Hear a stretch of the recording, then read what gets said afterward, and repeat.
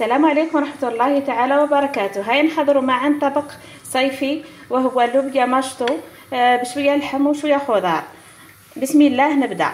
عندنا كمية من اللوبيا مشطو، عندنا حبة طماطم وحبة بصل، كمية من اللحم، زوج حبات جزر، بطاطا، شوية كرفس ومعدنوس مرحيين، عندنا نص قرن فلفل حار وشوية طماطم وشوية هريسة والتوابل دوك تشوفوا معايا. هيا نروحوا لطريقة التحضير.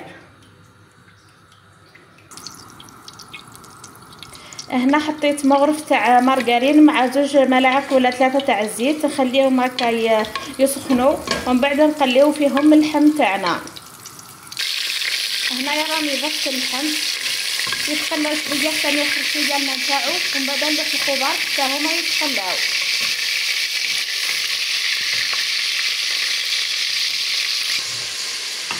نضيفو اللوبيا تاعنا ونخليوها تتقلى مليح باش تجي بنينه. هذا هو سر البنه. نخلطوها هكا نخليوها تتقلى مليح ومن بعد نرجعو. هنا اللوبيا راهي تتقلى مع اللحم، نزيدو نلوحو لها البطاطا والزرديه باش يتقلاو مع بعضهم كامل. بسم الله.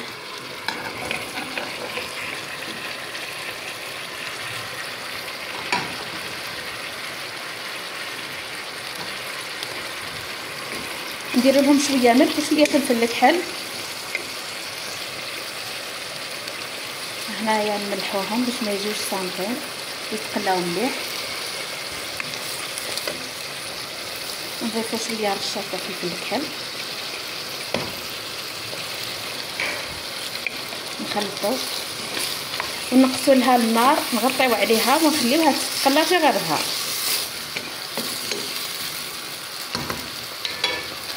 هكذا نقصوا لها النار. هاي هنا تتقلى، الريحه تاعها الله يبارك ما شاء الله. مازال خليوها تزيد تتقلى مليح.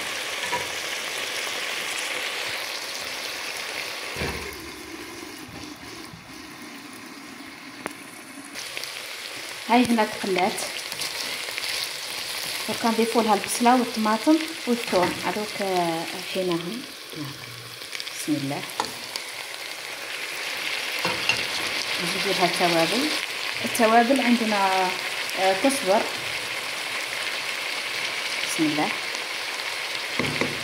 عندنا كركم،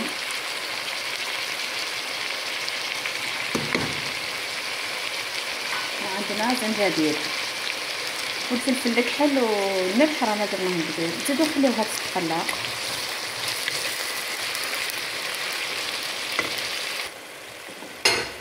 نضيفو لها الطماطم والهريسه،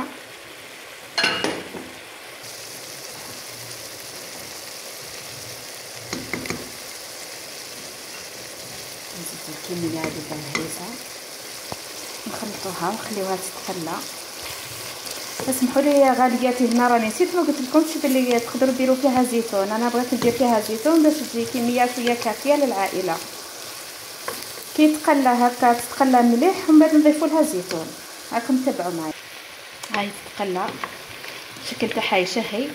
هنا نصيحه، اي طبخه بغيتو تطبخوها وبغيتوها تجي بنينه لازم تدي وقتها في التقليه. التقليه هي الاساس، تتقلى مليح تجي بنينه، ما تتقلاش مليح تجي صامته. هنا نضيف الزيتون، نزيدو نخليوها شويه تتقلى ونضيفو لها الماء.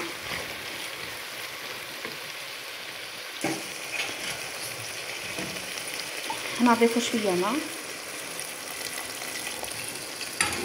انا مرة نزيد لها شويه ناقص فنجان هكا ونزيد نخليها تتقلى باش من بعد تطيب لك فمفم وفي نفس الوقت تجيك بنينه. شوفوا هكا الله يبارك كيفاش جات.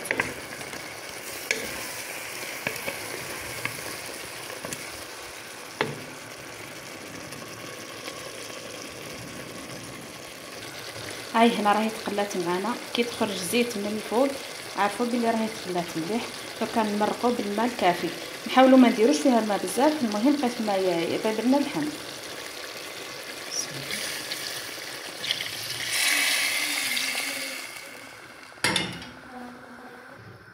هاي هنا بعد ما مرقتها نلوح فيها نص قرن تاع فلفل ونخليها طيب على نار متوسطه ولا هاديه. ها هي المرقه تاعنا كيفاه خثارت وكيفاه طابت، الله يبارك. ها اللي بغى يخلي فيها لاصوص يخلي، واللي بغى يخليها تزيد تنشف شويه يخليها.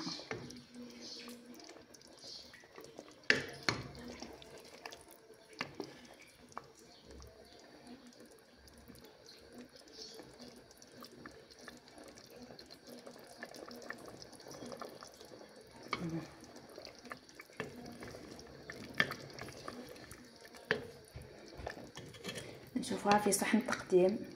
نتمنى تجربوها وتعطيوني آراءكم في التعليقات. مع ألف سلامة.